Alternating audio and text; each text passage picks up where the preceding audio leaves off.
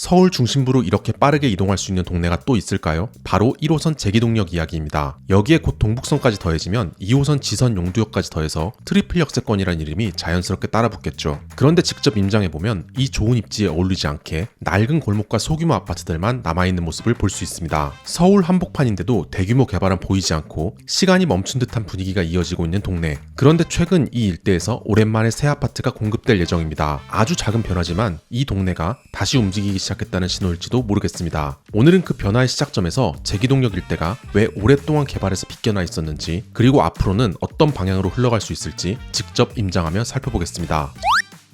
지금 보시는 이 대지는 얼마 전까지만 해도 1977년에 지어진 5층짜리 낡은 아파트가 자리 잡고 있던 곳입니다. 바로 경동 미주 아파트였죠. 그런데 주변을 둘러보면 철거된 이곳뿐 아니라 아직도 좁은 골목 사이로 오래된 상가주택들이 붙어있는 모습을 쉽게 볼 수 있습니다. 이처럼 제기동역 바로 앞 역세권에 낡은 주택이 밀집되어 있는 상황은 토지 이용 효율이나 안전 측면에서 오랫동안 개선이 필요하다는 지적을 받아왔고, 실제로 2012년에는 이 일대가 정비구역으로 지정되면서 재건축이 본격 추진됩니다. 하지만 초창기엔 조합만으로 사업성이 부족하다는 평가를 받았고, 결국 민간 사업자가 참여하는 지정개발자 방식으로 방향을 바꾸게 됩니다. 2019년 하나자산신탁의 사업을 맡고 HTC 현대산업개발의 시공사로 참여하면서 제기동역 아이파크라는 이름을 달게 된 것이죠. 입주는 2028년 6월, 제기동역 바로 앞에 현대식 주거타워가 들어서는 첫 번째 장면이 완성되는 시점이기도 합니다. 철거된 경동 미주 아파트 부지를 둘러보면 바로 옆으로는 아직도 3, 4층짜리 오래된 상가들이 그대로 남아있습니다. 여기도 같이 묶어서 개발했으면 훨씬 나았을 텐데 라는 생각이 드는 순간이죠. 하지만 실제로는 그렇지 못했습니다. 이유는 명확합니다. 건물주 수가 너무 많고 건물마다 용도도 너무 다양했기 때문입니다. 주거, 근린생활시설, 상가, 한약방 등 이해관계가 얽히다 보니 통합된 개발이 현실적으로 어려웠던 겁니다. 그래서 경동미주 아파트만 먼저 재건축이 추진됐고, 지금처럼 일부 구역만 먼저 철거되고 나머지는 남아있는 모습이 된 것이죠. 그런데 이건 단지 경동미주만의 문제가 아닙니다. 제기동, 용두동 전체를 임장해보면 이와 비슷한 구조가 반복되고 있다는 걸 알 수 있습니다. 좋은 입지에 낡은 건물들이 흩어져 있고요. 대규모 개발은 거의 없습니다. 왜 그럴까요? 먼저 이 지역이 처음부터 뉴타운 개발의 큰 흐름에서 벗어나 있었기 때문입니다. 2000년대 서울시가 동대문구에서 청량리, 전농, 이문 같은 대규모 지역을 뉴타운으로 지정하던 시절에도 제기동역 일대는 지정되지 않았거나 지정되었다 해도 해제된 구역이 많았습니다. 제기동역과는 조금 거리가 있지만 제기동 67번지 일대의 제기 7구역을 예로 들 수 있고요. 이 지역은 한때 정비 예정구역으로 지정되었지만 2010년대 초 재개발 갈등이나 사업성 부족을 이유로 정비구역 해제 조치가 이뤄졌고, 그 이후로는 사실상 개발에서 제외된 상태로 남아있습니다. 물리적인 여건도 발목을 잡았습니다. 쉽게 말해서 이 동네 자체가 한 번에 밀어버리고 새로 짓기 힘든 구조이기 때문입니다. 지금 걸어가고 있는 이 골목만 봐도 알 수 있는데요. 주거용 다세대 주택, 상가, 약국, 창고, 한약방이 모두 뒤섞여 있고 건물마다 소유자도 다 다릅니다. 필지 규모가 너무 작고 건물마다 용도도 달라서 하나의 큰 구역으로 묶어서 재개발하는 것이 거의 불가능했던 거죠. 이런 곳에서는 뉴타운처럼 전면 철거 방식은 오히려 더 큰 부작용을 낳을 수 있었고, 서울시는 이런 구조에 맞춰 소규모 정비사업 위주로 방향을 전환하게 됩니다. 이와 같은 배경 속에서 전통상권 보존을 우선하는 정책이 등장했습니다. 현재 화면에서 보이는 양령시장 일대는 약 125억 원 규모의 도시재생 사업을 통해 간판 정비, 보행 환경 개선, 공동체 활성화 등에 집중했던 지역입니다. 여긴 단순히 주거 환경을 고치려는 게 아니라 전통시장을 이 지역의 자산으로 보존하려는 접근이었죠. 결국 전통시장 유지와 전면 재개발 방지 기조가 강했기 때문에 이 지역은 싹 밀고 새로 짓는 대규모 개발보다 도시 재생을 기반으로 한 점진적 정비가 주류 방식이 된 겁니다. 그러나 양령시장은 이와 같은 노력에도 불구하고 현재 전통 한방 상권으로서의 기능은 유지되고 있지만 공실률은 비교적 높은 상태이며 도시 재생 프로그램에도 불구하고 상업지역으로서의 활성화는 제한적인 상황이기 때문에 전통성은 지켰지만 진정한 활성화는 달성하지 못한 상태입니다. 이렇게 보면 제기동역 일대는 좋은 입지에도 불구하고 대규모 주거타운이 형성되지 않은 이유가 명확합니다. 과거 정책에서 소외된 지역이고 물리적 제약이 크며 정책 기조가 재개발보다는 재생과 보존 쪽에 가까웠기 때문이죠. 그런데 여기서 중요한 질문 하나가 남습니다. 이런 여건에서도 제기동역과 이 일대의 가치가 다시 재평가될 수 있을까요? 지금부터는 제기동역 일대의 실거주 환경을 살펴보면서 이 일대에서 변화의 기점이 어떻게 시작될 수 있을지 함께 살펴보겠습니다.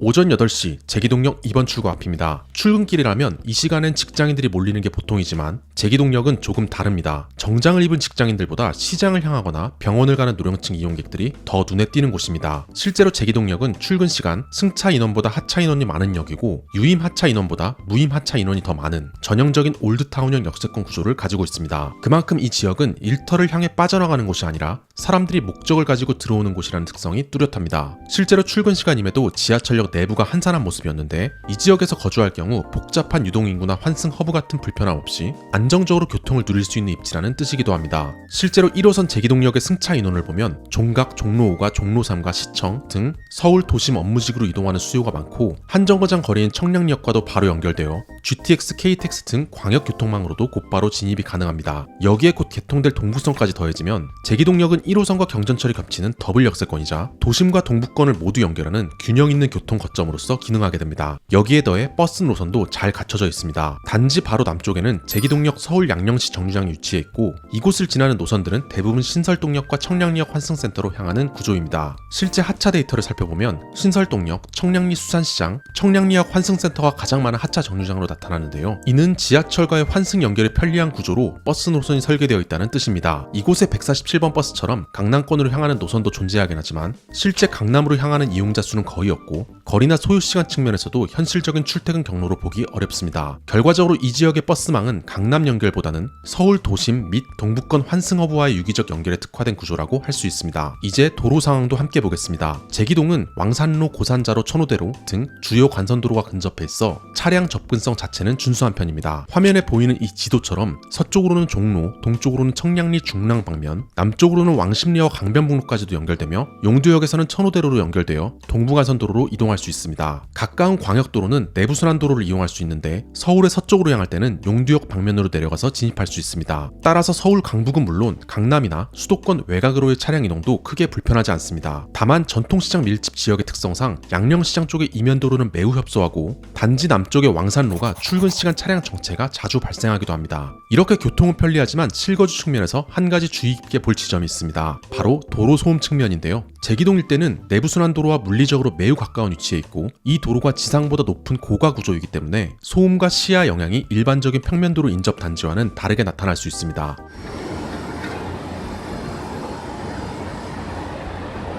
이렇게 고층 세대에서는 내부순환도로의 소음 영향권에 있게 될 텐데요. 내부순환도로의 높이가 높다 보니 오히려 저층 세대의 경우엔 소음이 덜 직접적으로 전달될 수도 있습니다.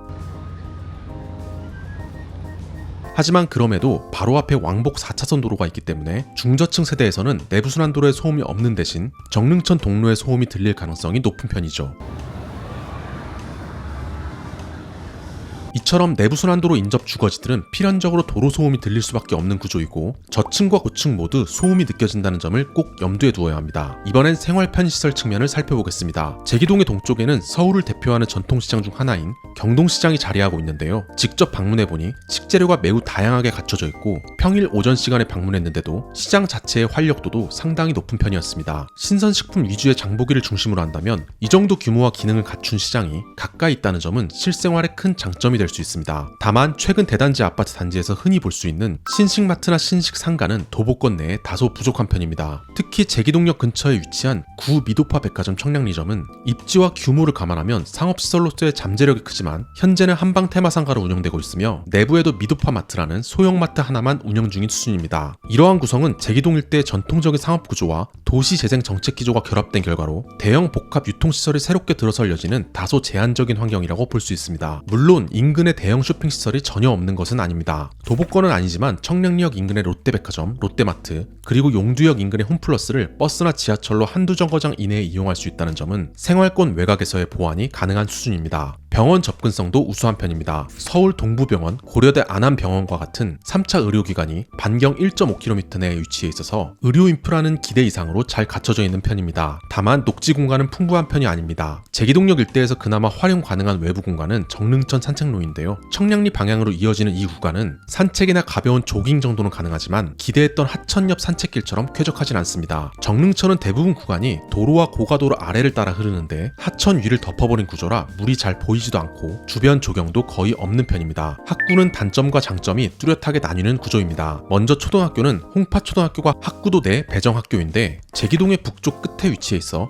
제기동역 일대에서 어린 자녀가 걸어서 통학하기엔 다소 애매한 위치입니다. 하지만 중학교는 의외로 서울 내에서도 상위권 학군으로 평가됩니다. 이 정도 중학교 학업성 지도는 강남권을 제외하고 보기 드문 수준이고 중학생 자녀를 둔 실수요자에게는 제기동 일대가 숨은 강세 학군으로 작용할 수 있습니다. 다만 고등학교는 분위기가 다릅니다. 세 학교 모두 등급이 4에서 5등급에 그쳐 중학교와 비교해선 학업 성과가 크게 떨어지는 편이죠. 게다가 모두 도보 20분 이상 또는 대중교통을 이용해야 하는 거리라 고등학생 자녀가 통학하기엔 다소 불편한 입지입니다. 종합해보면 제기동역 일대는 서울 도심과 맞닿은 입지를 가지고 있으면서도 아직까지는 소음, 생활 편의, 학군 등 실거주 요소에서는 과도기적인 모습을 남겨둔 곳입니다. 교통은 뛰어나지만 주거의 쾌적함이나 정주 여건은 사람마다 체감이 다를 수 있는 지역. 그래서 이곳은 입지는 갖췄지만 주거지는 완성되지 않은 곳이라고 표현하는 게 더 어울릴지도 모르겠습니다.